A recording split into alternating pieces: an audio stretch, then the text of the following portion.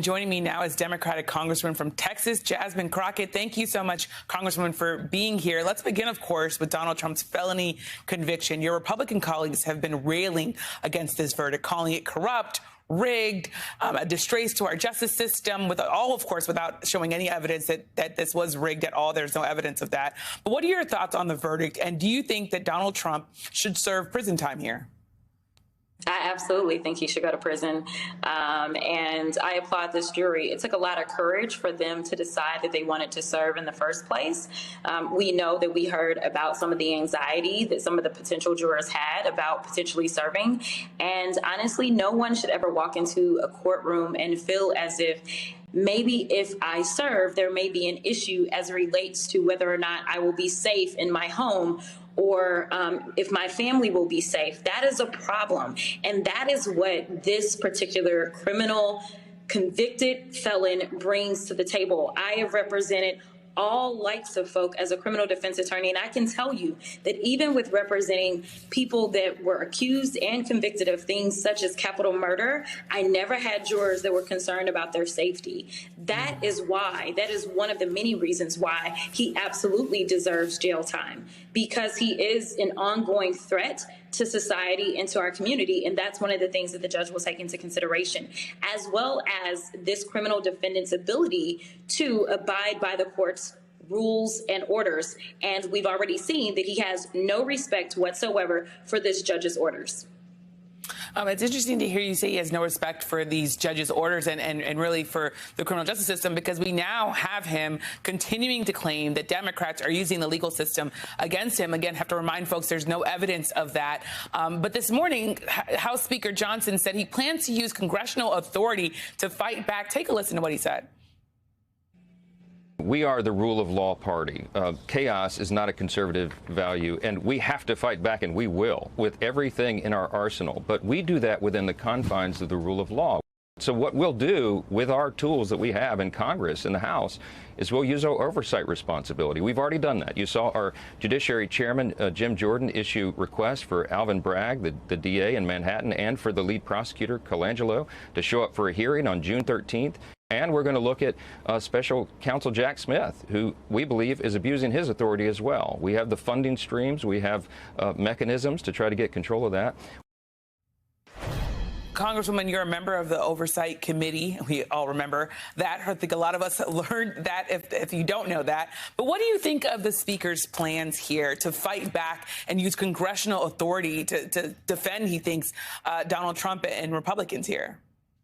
So I have two issues with this. Number one, I want the American people to wake up and see that they can find money to spend money on what it is that they actually want to prioritize.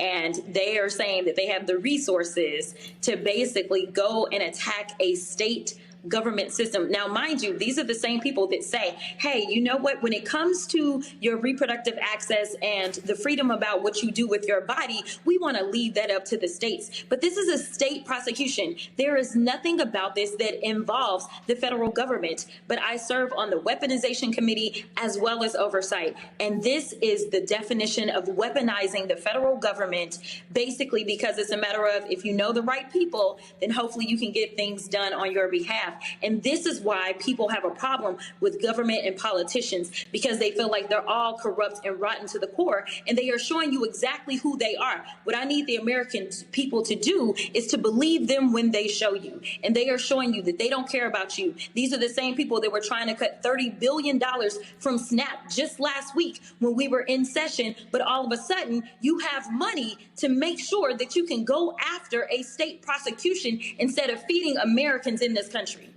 And I want to ask you also, as sticking with this topic, 8 senators said after the verdict that convicting Donald Trump that they will no longer cooperate with any Democratic legislative priorities or nominations, including Senators J.D. Vance and Marco Rubio, who are on Donald Trump's shortlist to become his potential vice president. Do you think they'll follow through on this threat? And how could that impact legislative activity? I think they absolutely will, but I don't know that they were necessarily the most cooperative people that we could go to in the first place. I mean, let's be honest. These aren't the people that we were looking to get legislation passed. And one of the good things about the Senate right now is that Democrats do control the Senate. Obviously, we still have to deal with the filibuster on so many things.